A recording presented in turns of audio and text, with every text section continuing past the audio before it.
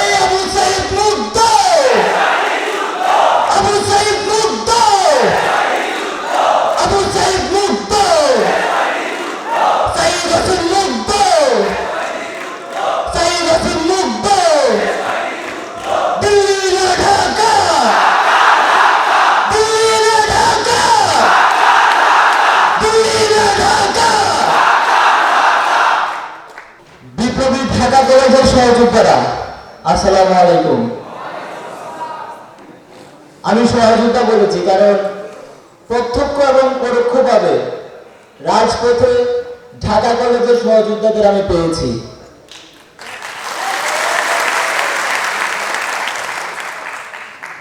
আমি বীর চট্টগ্রাম রাজপথে ঢাকা কলেজের কাউকে না কাউকে পেয়েছি আমাদের সাথে।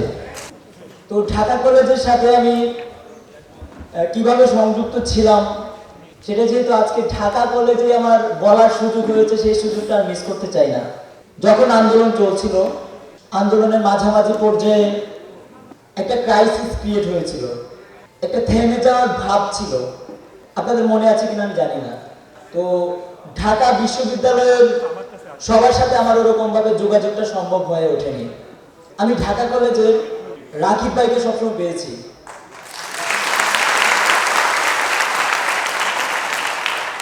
ঢাকা বিশ্ববিদ্যালয়ের মাহিন সরকার ভাইয়ের সাথে আমার সরাসরি যোগাযোগ ছিল।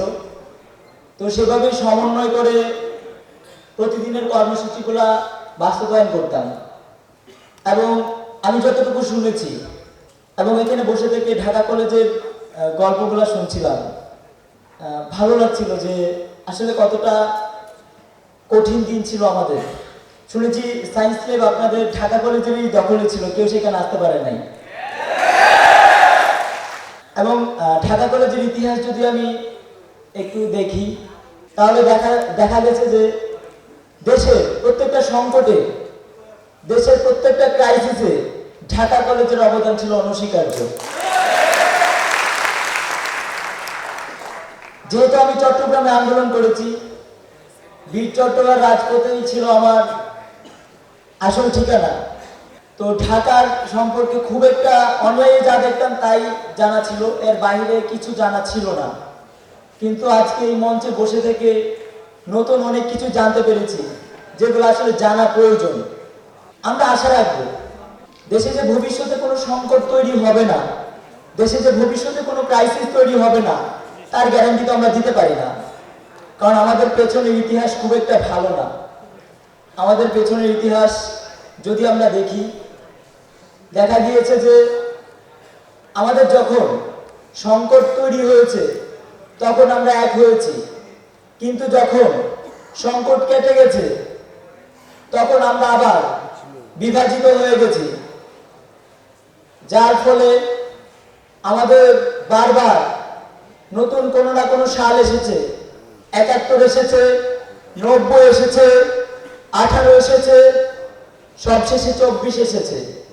তো সেই জন্য ঢাকা কলেজের সহযোদ্ধাদের কাছে আহ্বান থাকবে, দেশের প্রত্যেকটা সংকটে আপনারা যেমন বিগত সময়গুলোতে ঐক্যবদ্ধভাবে ভূমিকা রেখেছেন, ভবিষ্যতেও বাংলাদেশের প্রত্যেকটা সংকটে আপনাদের উপস্থিতি থাকবে ইনশাআল্লাহ। আমার আজকে খুব ১১ জুলাইয়ের কথা মনে পড়ছে, যেদিন আপনারা যে স্ট্যাচুটা দেখতে পান, এই স্ট্যাচুটা ক্রিয়েট হয়েছিল সেটা বীর চট্টগ্রাম রাজপথ থেকে। আমাদের মানুষ ওই দিন খুব বেশি ছিলাম না, সর্বোচ্চ ২০০ জন ছিলাম, আর পুলিশ ছিল ৩০০ জন, তারও বেশি হতে পারে। আমাদের টার্গেট ছিল আমরা কোনোভাবে রাজপথ থেকে যাব না, যেভাবেই হোক আমরা আমাদের কর্মসূচি বাস্তবায়ন করব। তো ১১ জুলাই আমরা বটতলী রেল স্টেশন, যেটা চট্টগ্রামের মেইন রেল স্টেশন, ওখানে কর্মসূচি ঘোষণা করি। বৃষ্টি ছিল এবং এর আগের দিন সারাদিন বাংলা ব্লকের ছিল, যার ফলে উপস্থিতি কম ছিল। আমরা যখন দেখলাম রাস্তায় প্রায় ৩০০ জন পুলিশ, আমরা শিক্ষার্থীরা ২০০ জন, আমরা আলোচনা করছিলাম কিভাবে আমরা রাজপথে যেতে পারি। কিন্তু পুলিশ থেকে বারবার আমাদের কাছে মেসেজ আসছিল, আপনারা রাজপথে যাবেন না, এখানে দাঁড়াবেন, দাঁড়িয়ে স্লোগান দিবেন আর কর্মসূচি শেষ করে চলে যাবেন। এখানে আমার বোনদের কথা অস্বীকার করার সুযোগ নাই। এবং আমি শুধু চট্টগ্রামে না, সারা বাংলাদেশেই দেখেছি জুলাই অভ্যুত্থানে একটা গুরুত্বপূর্ণ ভূমিকা ছিল আমার বোনদের। যখন আমরা 11 জুলাই চট্টগ্রাম রাজপথে নামতে পারছি না, তখন আমাদের বোনেরা আমাদের ঢাল হয়ে দাঁড়িয়েছে সামনে, বলেছে আপনারা পিছনে আসেন, আমরা সামনে আছি, যা হওয়ার আমাদের হবে, বাট আপনারা পিছায়েন না। আমরা টাইগার পাস পর্যন্ত মার্চ করে যাই পুলিশের ব্যারিকেড ভেঙে। টাইগার পাসে গিয়ে আমাদেরকে চূড়ান্ত ব্যারিকেড দেওয়া হয়, এক চুলো আমাদেরকে যেতে দেবে না। সামনে থেকে দুইজন নেগোসিয়েশন করতেছিল আর পিছনে আমরা ছিলাম। তো আপুরা বলতেছিল যে আপনারা কি যাবেন কি যাবেন না, যদি না যান তাহলে বলেন আমরা যাব। তো আমি যে দুইজন নেগোসিয়েশন করতেছিল আমি বলছি যে আপনারা নেগোসিয়েশন করেন পুলিশের সাথে, আমরা দেখতেছি। তো ওদেরকে নেগোসিয়েশন করতে দিলাম, আপুদেরকে বললাম আমরা পিছন থেকে ফোর্স করতেছি আর আপনারা সামনে যাবেন, আমরা পিছন থেকে ফোর্স করব। কারণ একটা ছিল, স্ট্র্যাটেজি ছিল যে আপুদেরকে তো সহজে টাচ করবে না। ধরেন আপনার একজন বোন অথবা আপনার একটা মেয়ে, তাকে যদি পরপুরুষ বা কোনো একটা ছেলে টাচ করে, মানে টাচ করে বাজেভাবে, এটা আপনি মেনে নেবেন? সম্ভব এটা? তো ওই দিন আপুরা সামনে ছিল, পুলিশ মহিলা খুব কম ছিল, পুরুষই ছিল বেশি, ওরা ছাড় দেয় না কাউকে। যতগুলা বোন ছিল সামনে প্রত্যেককে পিটাইছে এবং বাজেভাবে টাচ করছে, একজনও টাইগার পাস থেকে যেতে পারে নাই। আমরা 1-150 ছেলে দৌড়ায় সামনে চলে গেছি। তো আমরা ভাবছি কি যে সামনে আর কোনো ব্যারিকেড থাকবে না, হয়তো পিছনেই আছে। 2 নাম্বার গেট পর্যন্ত গেছি, যাওয়ার পরে দেখি যে পিছনেও পুলিশ সামনেও পুলিশ, মাঝখানে পড়ে গেছি আমরা। আমাদের বাম দিকে শুধু দৌড়ানোর রাস্তা আছে, পিছনেও নাই, সামনেও নাই, ডানেও নাই। তো যখন পুলিশে লাঠি চার্জ শুরু করলো আমাদের উপর, 300 পুলিশ, শিক্ষার্থী আমরা 1 থেকে 150 জন লাইভ করতেছিলাম।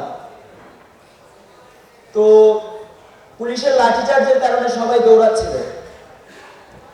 আমি যখন আমরা প্রথম ব্লক করি রাস্তা, ওই দিন আমি একটা কথা বলছিলাম যে কোনোভাবে রাজপথ ছাড়বো না, প্রয়োজনে নিজেকে পেট্রোল দিয়ে জ্বালায় শেষ করে দেব, দাবি আদায় না হওয়া পর্যন্ত রাজপথ ছাড়বো না। বারবার আমার মাথায় এটা ঘুরতেছিল এবং এটা আমাকে গিলটি ফিল করাইতেছিল যে আমি তো মানে মানুষ যাদেরকে আমি কথা দিছিলাম তাদের সাথে আমি প্রতারণা করতেছি, দেশের মানুষের সাথে প্রতারণা করতেছি। তো যখন দেখলাম যে আমার পিছনে আর দৌড়ায় যাওয়ার আর কেউ অবশিষ্ট নাই, আমি সবার পিছনে ডাকলাম সবাইকে, কেউ দাঁড়ায় নাই, কারণ স্বাভাবিকভাবে দাঁড়াবে না। ছাত্রলীগ এবং পুলিশ মিলে আমাদেরকে অ্যাটাক করতেছিল। তো আমি দাঁড়ায় গেলাম, চোখটা বন্ধ করলাম, বন্ধ করে এমনি দাঁড়ায় গেলাম, বলতেছি যে শুট মি। তো আমি ইন্নালিল্লাহি পড়তেছি আর আব্বা আম্মার কথা মনে হচ্ছে। তারপর হঠাৎ করে দেখি যে কেউ একজন আমাকে এসে ধাক্কাচ্ছে। তো দেখলাম যে পুলিশে ধাক্কাচ্ছে, 5-6 কিলো দৌড়ায় আসছি আমরা, শরীরে কোনো এনার্জি নাই। তো আমিও পাল্টাপাল্টি ধাক্কাচ্ছি, এক পর্যায়ে পড়ে যাই। তো যেখানে 100 মানুষ ছিল, 30 মিনিটের মধ্যে সেখানে 2000-এরও বেশি মানুষ হয়ে গেছে। এবং 11 জুলাইয়ের পর থেকে স্বৈরাচারের কোনো বুলেট এই দেশের ছাত্র জনতাকে দাঁড়ায় রাখতে পারে নাই, কেউ বুলেট ভয় পায় নাই। প্রতিযোগিতা শুরু হয়ে গেছে, কার আগে কে বুলেটের সামনে দাঁড়াবে। স্বৈরাচারের রক্ত চক্ষুকে উপেক্ষা করে আমরা আজকের এই মঞ্চে দাঁড়িয়েছি। যদি আবারও কেউ নব্য স্বৈরাচার হয়ে ওঠার চেষ্টা করে, আমাদের এই বুকটা সবসময় পাতা থাকবে ইনশাল্লাহ।